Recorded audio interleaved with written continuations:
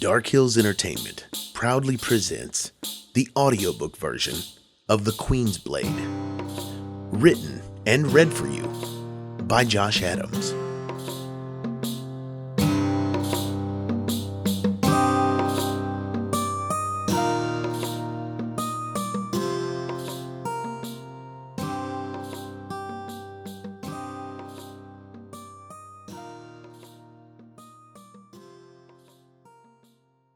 Prologue.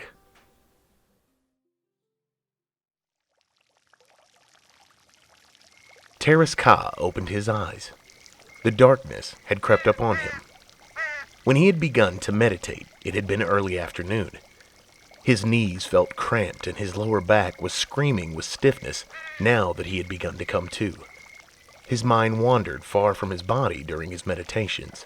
He lost all connection with his physical senses, and the reawakening period afterwards was always excruciating, like being born again. In his corporeal form, he lived lifetimes within minutes and forgot the simple nuances of pain, weakness, heat, and cold.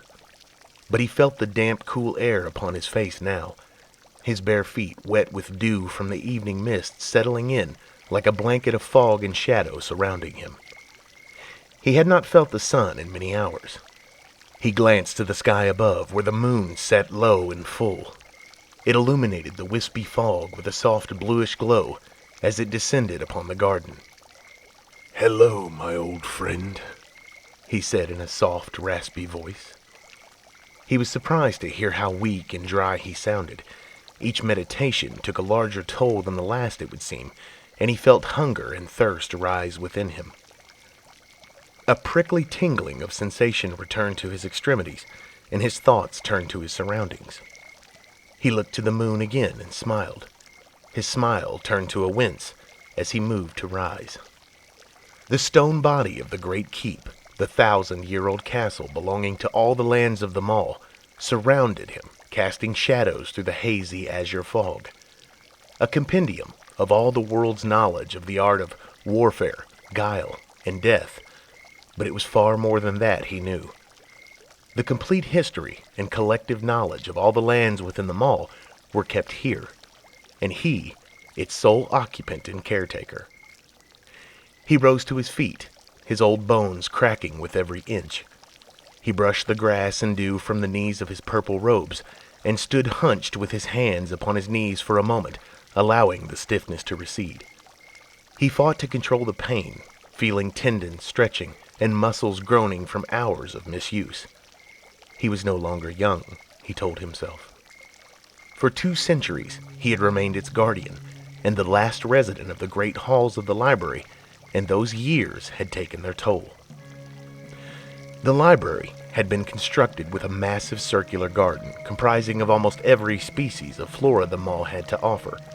Ornate fountains carved in glitterstone and trimmed with silver and gold lens steel dotted the landscape, flanked on all sides by wildflowers landscaped into place by large rackstones from the heart of the great mountain itself. Rough, hewn blocks of glitterstone paved intricate paths throughout the garden, connecting all of the great halls. Birds fluttered about within the large trees that provided portions of the garden with shade during the day, all enclosed within a great stone wall with carved marble archways and broad teakwood doors leading to each of the halls. From the center structure, the library's 5 connected halls extended out thousands of feet like a massive 5-pointed stone star, each point concluding in parapet towers rising high into the midnight blue. Each hall contained the knowledge of the 5 races of the mall. The Shadow Hall, home of the Raku, the great stealth assassins, men from the Rock Mountains, draped in shadow cloaks and silent as a river cat. The Forge Hall, once the residence of the Denishari warriors of the great grass plains of Lynse, masters of the forge with their perfectly crafted Lynse steel weapons, stout armor, and their great horns of war. The Flame Hall, dwelling place of the Eldur priests who lived in the underground city of Nom Tenju, wielding the great and powerful magic of fire. The Tide Hall, resting place of the knowledge of the Durhai sea hunters, magnificent archers, and seafaring folk from the Trident Isles. And lastly, the Hall of War, a place populated by the thunderous and strong Lusitari, the most powerful of the 5 races. Each with the strength of 10 men, the Lusitari had mostly left the mainland of the Maul and retreated to their island stronghold in the sprawling frigid Northlands. Long ago, each of the 5 races had sent emissaries to the plains of Lynse in order to hold a council of war that would bring all the lands of the Maul together against a common foe, an enemy from far across the eastern sea. The battle had raged for the better part of 10 years on these same plains, and the men of the Maul were triumphant. The invaders were killed to the last man. The library was constructed to honor that fellowship, built centrally among all the 5 lands of the Maul, not only a place of great knowledge, but also a practical workspace for the most inventive and imaginative minds in the 5 lands. Siege engineers, inventors, alchemists, weapons masters, healers, and armorers called the library home. They crafted the most deadly war machines and most potent forms of healing under the same roof, and shared the knowledge within its great stone walls. Millions of books and scrolls, maps and sketches, histories and fictions lined the great halls. Artisans, sculptors, and craftsmen flourished within the library's walls as well. Gargantuan canvas paintings by long-forgotten artists littered the long halls of the library, whilst glitterstone sculptures depicting the many heroes of the Great War stood sentry outside the rooms that extended off of each of the halls where heroic men of war, science, art, and magic chased their individual pursuits. But that was long ago, he reminded himself. The glitterstone guards remained, but the halls and rooms stood empty. The heroes themselves were no more. In the days before the peace, each of these towers would have supported battalions of men and women from each of the 5 lands to defend the library and its treasures. Great dining halls, kitchens, barracks, armories, war rooms, and private quarters, fit for any Lord General that may have been stationed there, with all of the amenities of any fort or castle, now stood empty. Dust had gathered whilst the battlements sat abandoned for the last 500 years, and now instead of soldiers, battalions of field mice and sparrows manned these walls, battling decades on end with cockroaches and moths. The forest and swamps surrounding the library had kept many would-be explorers at bay over the centuries. Tales of demon wraiths and dragon wolves had filled the bedtime stories of the children in the surrounding areas, and that had gone a long way in deterring any of the average citizens from venturing in. But Terrace Ka knew that on occasion throughout the years, one brave warrior or another sought to learn if the Great Keep was real. With tales of great treasure and vast knowledge, it was an alluring prospect for any person that sought glory and riches. He also knew the forest floor was littered with the bones of those that had tried. The land itself was no longer traversable by horse or carriage, and those on foot became prey to the beasts that unknowingly guarded the ancient walls of the library. Any maps of the land had long ago disappeared from the realms of men. No one dared enter that forest. The villages and towns that once bordered the forbidden lands moved further and further away, as the people distanced themselves from the area that would no longer support them, and eventually the keep itself fell into legend, and over time, forgotten completely. He was alone, and would remain that way. For now. As a Shokai, he was aptly suited for the role of guardian. Certain males within the Shokai clan were blessed with unnaturally long life and immunity to most natural ailments and injuries. His father wept the day that they had found out that his son had been blessed, or cursed as his father saw it, when Terrace had cut his hand upon a harvesting blade, and the wound closed almost instantly with no sign of a scar and no blood let from the wound. The priests of Eldur had arrived the next day to take him into their fold to be trained in the healing arts and to learn to serve at the Great Keep.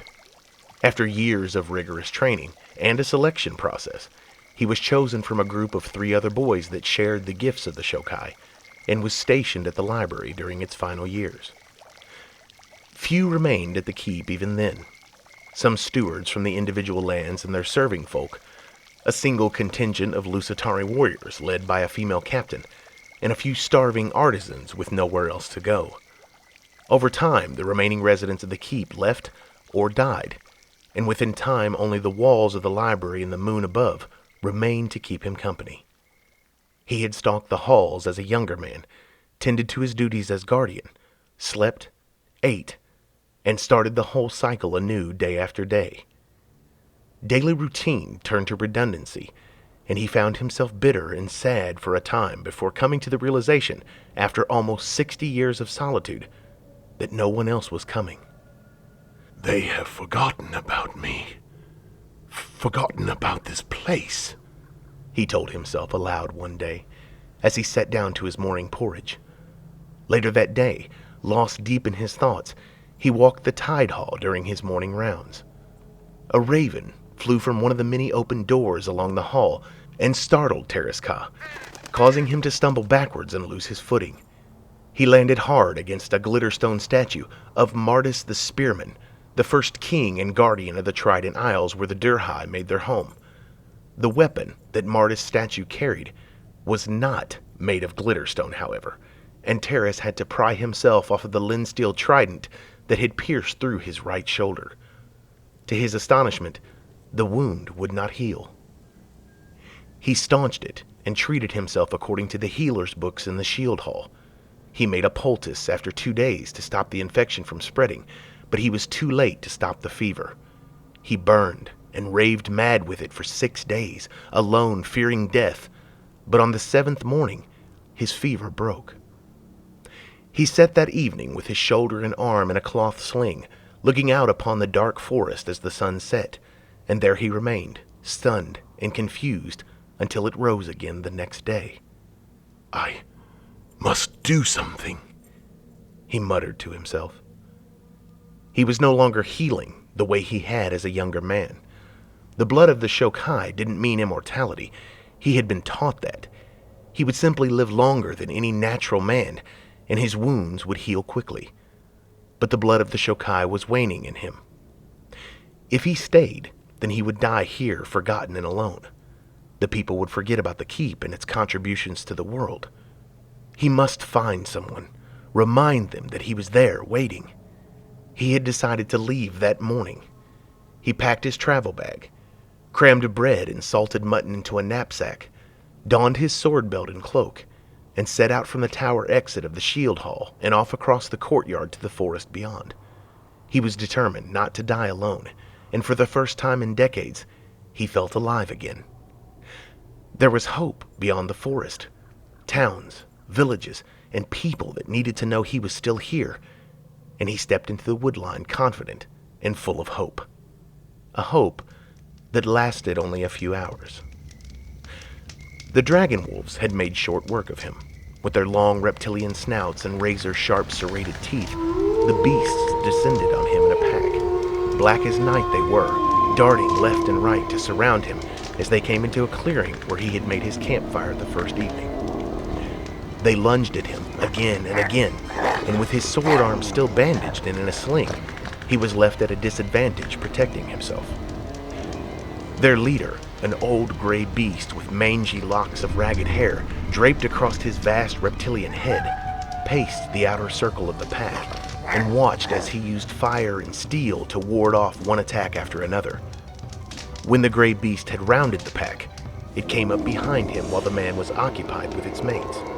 Its large pointed ears leaned back, and it leapt, sinking its teeth into his wounded shoulder, taking him to the ground, the momentum of the attack forcing the sword from his hand. The mouth of the beast was rank, with days-old prey still lodged in its teeth, and the smell of swamp and marsh. He screamed in pain as the gray beast jerked its head back and forth and crept out of the circle to claim its prize. A younger male swept in to take his legs and clamped down on his right knee. With his free hand, he unsheathed his dagger and drove it down into the soft meat between the younger male's shoulder blades. It released its grip and howled in pain, whimpering and retreating to the rear of the pack. The others, driven by hunger and bloodlust, seeing the weaker, injured wolf as a target, pounced on it, voraciously tearing at its throat and stomach. Terrace reached with his free hand to the head of the gray beast as it dragged him away, desperately clinging for purchase, and then found it. He sank his thumbs into the beast's eye, and it jerked in pain, yet it retained its grip, clamping down harder, dragging him slowly in the dark. As a last desperate attempt, he pulled his wounded arm free of the sling and reached over his shoulder, pain tearing through him, and drove every finger he could fit through into the beast's remaining good eye. It released its hold, snarling and snapping blindly in the dark. He rose to his feet, fear and panic driving him to run. He left his travel pack and sprinted in the direction that he came, stumbling in the dark and falling hard a time or two, tripping over roots and fallen trees. He ran until his throat and lungs burned and his legs became numb. Before long, he could no longer hear the snarls of the dragon wolves, and he slowed to a stop to catch his breath. He walked for another hour before making it to the clearing outside of the shield hall. Once inside, he treated his wounds, applied the poultice to his shoulder and leg to fight off any infections again, and wrapped his torn flesh tightly. The fever returned to him, but nowhere near as bad as before, and after 3 days, he was walking again. He recalled, limping lonely through the halls, weeping over his inevitable death and abandonment, his despair, amplified by his wounded body. He remembered the first scroll he had pulled from the walls in the forge hall. Out of loneliness and boredom, while waiting for his wounds to heal, he turned to the comfort of the stories within the halls of the library, and had not stopped. He read of the great beginning, when the wise king mated with his warrior queen and created all the lands, including the Maw. About how Mother Night protected the Rack Mountains with her cloaked embrace. He read of the Forge Lords that created the first sword and gave it to man. He learned of the visitors from the sky that arrived before the city of Nom Tenju was born, passing the skills of healing and fire onto the Eldor. He read tales of the heroes of old, perused every map of the realms, analyzed blueprints for weapons and machines, explored armories, and made himself proficient in every weapon known to the 5 lands. He began practicing the forgotten magics through the writings of the Eldor and the Durhai, both of which had mastered certain aspects of the elements, most specifically fire, and anything that is or once was organic. He mastered the forge with help from the knowledge recorded by the master smiths of Old Lynse and the weapons masters of the Lusitari, and became as adept at manipulating the shadows as any within the Raku clans. Months became years, years turned to decades, and before long, he was noticing his hair graying as he passed the reflective shields that adorned the halls within the keep. His bones and joints had begun to ache, and he could feel the sting of old wounds now more than ever before. Before he knew it, he had absorbed the knowledge of the old world, and with it, the realization that he was growing old. That was 50 years ago, and it was long past time to put that knowledge to use. He looked to the moon again. My only companion. He whispered, smiling. He limped to his walking stick, still leaning on the fountain where he had left it earlier in the day. Yes, he had been one of the Shokai, masters of time and age, but now that time was running out, and he had traded his skills in combat for a cane many years ago. His plans were coming to fruition, but he needed to act soon. He left the damp and cold of the garden and hobbled into the shadows just outside of the broad teakwood door that led to the warrior's hall. He turned and took one last look at the moon, full and bright in the sky above. A primal, blood-curdling scream erupted from the brand hall and echoed throughout the entire keep, shattering the serene silence that had surrounded the garden. Well, he said, maybe not my only companion. He turned into the hall, and with a motion of his hand, The great wooden door swung closed behind him.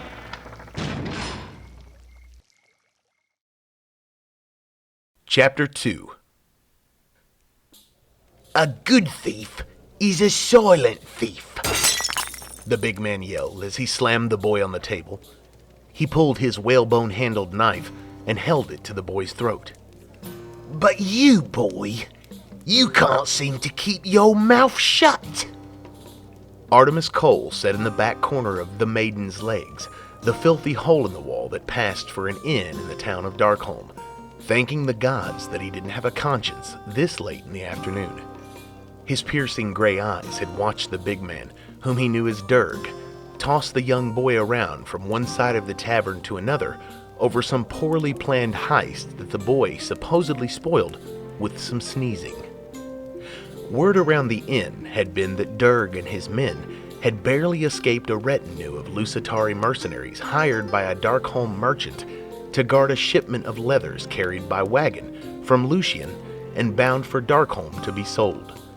Durg, the self-proclaimed master of thieves, had taken a group of hungry highwaymen to attempt a smash and grab on the eastern side of the Silk River Bridge, but Durg had not counted on the Lusitari Sentinel soldiers that guarded the caravan and immediately decided to call off the raid.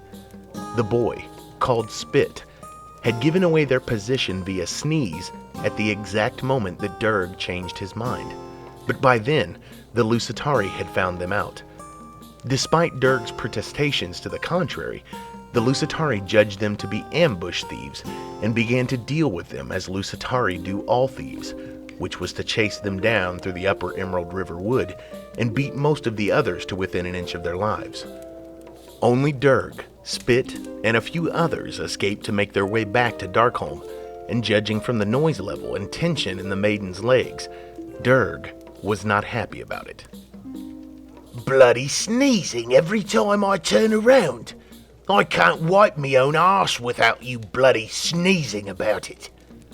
He dug the knife into the side of the boy's nose. Wonder if you can sneeze without a nose. Blood began to pour down the boy's cheek, and for the first time during the whole beating, the boy began to whimper. Dumb, Artemis thought. So much for my lack of conscience. He rose from his seat, and one of the highwaymen stepped in front of him to bar his path. Artemis stopped for a second and looked down at the man's hands resting on his black leather vest. Not your business, lad. Off with you. The man snarled through yellow teeth. Artemis grabbed the man's arm and twisted it around his back and slammed his head into the gray petrified slab of turkwood that made up the bar, shattering the man's teeth and nose. He yanked the man's dagger from its sheath, and he hauled the thug's head backwards with a handful of greasy hair and slammed him bodily on the floor. He had sent the dagger flying before the second highwayman could take a step towards him and had caught him square in the throat. The man dropped to his knees, gurgling blood and pawing at the handle of the dagger clumsily. The behemoth, the third and last man between Artemis and Durg, lifted a heavy mace and swung wide in an attempt to make Artemis short by a head. The mace hit one of the vertical beams that supported the upper floor of the Maiden's Legs and came to a dead stop, lodged in the wood just inches from its target. Wrong tool for the job, mate. Artemis smirked as he jabbed out his right hand, extending his fingers and caught the brute in the meat of the throat. The towering thug stumbled backwards, clutching at his throat and fumbling about, unable to catch his breath. Artemis thrust his foot forward with all of his weight and momentum, catching the highwayman full in the chest, and sent him flying backwards, toppling two other patrons near the door. Durg rose from his position over the boy. Do I know you? Durg said as he began to round the table towards Artemis. Do you have any idea who I am, you filthy little... Before Durg could finish his sentence, Artemis reached out and grasped the handle of the mace and thrust it forward, catching Durg on the bridge of the nose with the heavy linsteel shaft. He let the massive weapon fall to the floor, and it landed on Durg's foot, crushing the flesh and breaking the bones inside his red leather boot. Blood gushed from his nose, and his eyes watered to tears as he fell back into a chair, moaning in pain. No, Artemis replied. I don't. He turned to the boy still lying prostrate on the table. Come on, lad, he said, helping the boy to his feet and leading him towards the door. It's time we were away. Outside, large flakes of snow had begun to fall, and the two tread noisily through the banks of snow along the edge of the main road through Darkholm. My conscience has left me hungry and cold yet again, Artemis thought. He looked down at the boy who was wiping the blood and tears from his face with the ragged edge of his cloak. So, why do they call you Spit, boy? He asked. Me pa used to sell greenleaf in Larkspur when I was born. Greenleaf, Artemis had heard, was a flavored chewing leaf in the mainland used by farmers, tradesmen, and common men alike, and was known for the slimy green spit that its consumers expelled whilst chewing it. And on account of me being so small and scrawny and not very smart, me pa used to say that his greenleaf spit was worth more than I was. The name just stuck, I guess. Artemis chuckled. Well, I've had worse names. They trudged on through the snow towards the edge of town. Darkholm had a small contingent of Lusitari troops stationed there to keep the peace, and by now they would have been sent to the inn to investigate. Artemis hoped that the good fortune of catching 3 known felons and their ringleader would keep them busy enough to not inquire about him or the boy. He looked down at his scrawny and unkempt young companion.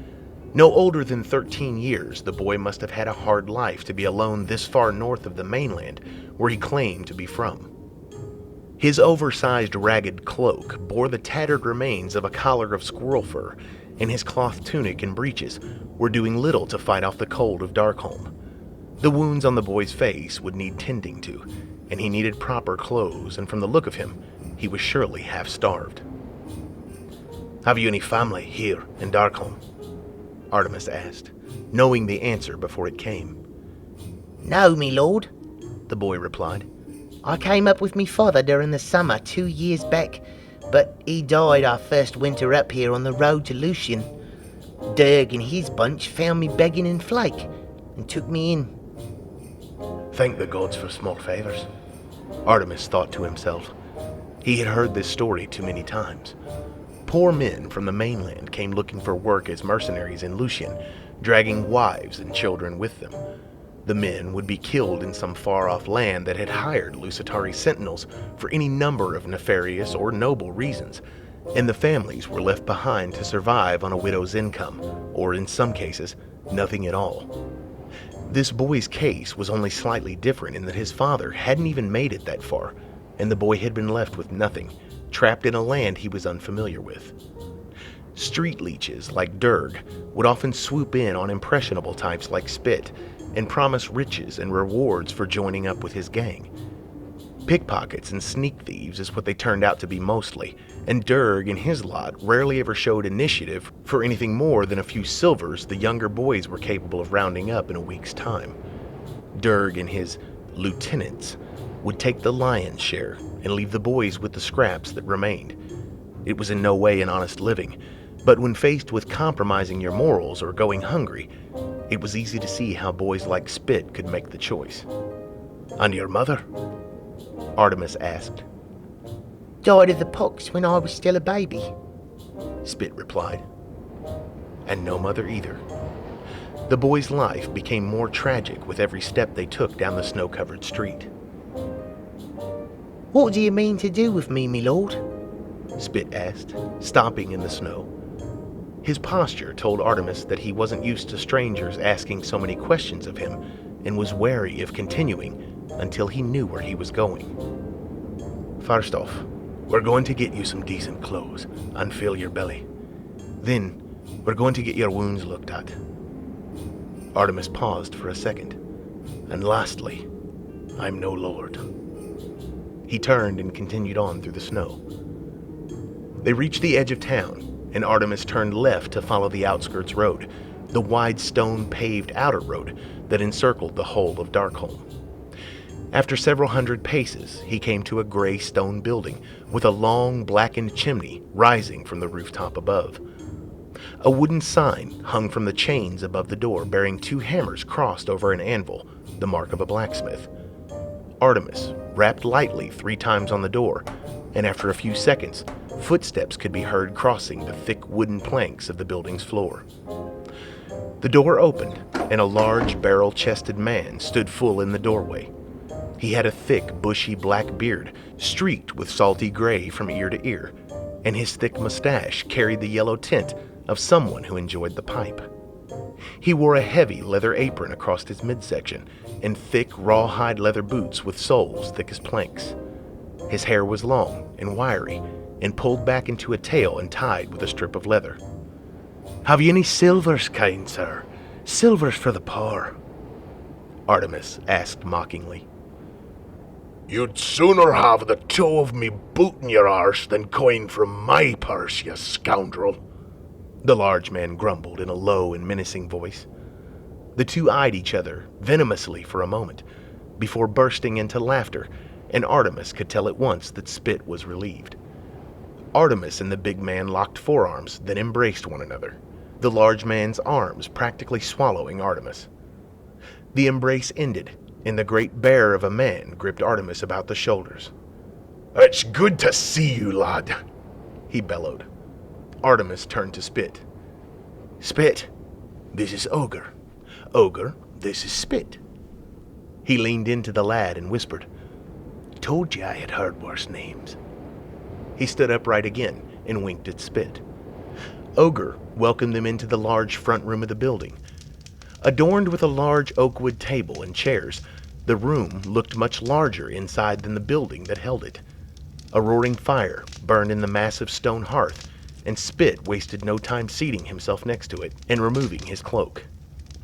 "How did you come by the boy?" Ogre asked gruffly, his best attempt at a whisper. "He was on the wrong side of a knife when I met him," Artemis replied. "I couldn't watch him get hurt." "You always did have a soft spot for the little frogs," Ogre said, as he pulled out a wooden seat and plopped down in it. The chair creaked under his massive weight. "Course, it's probably easy to do when you used to be one of them, eh?" "Something like that," Artemis replied. "I hate to trouble you, but do you have any food? The boy hasn't eaten, and I thought perhaps Loris could look at his wounds." "Loris?" Ogre bellowed. What? Came the shrill answer from the back room. "Bring bread, meat, and ale, and your sewing kit," Ogre replied over his shoulder. "There's bellies need filling and wounds that need tending." "Just like old times," Artemis smirked. Ogre rolled his eyes. A portly, middle-aged woman with large brown eyes, cropped white hair, and a soiled dress apron came striding into the room, and Artemis rose to greet her. Artie! She shouted and squeezed him about the middle. She pulled away in feigned self-consciousness, brushing at the front of her apron and tidying her hair. If I would have known you were coming, I would have made myself decent, she said, taking stock of the room and its occupants, then finally turning to Ogre. Did you say someone's wounded? Artemis looked to the boy by the hearth, and Loris followed his eyes, then covered her mouth in surprise. Oh my! She gasped. What's happened to this boy? She said as she hurried Spit away from the fire and into the light of the window where she could have a better look at him. Darg and his men, Artemis replied. "Nasty bunch, the whole lot of them," Ogre added. Loris placed her hand on the boy's cheeks. We're going to fix you up straight away. You must be starving, sweet boy. Come, sit down and Loris will make it all better. She pulled out a wooden chair from the table and thrust the boy down into it.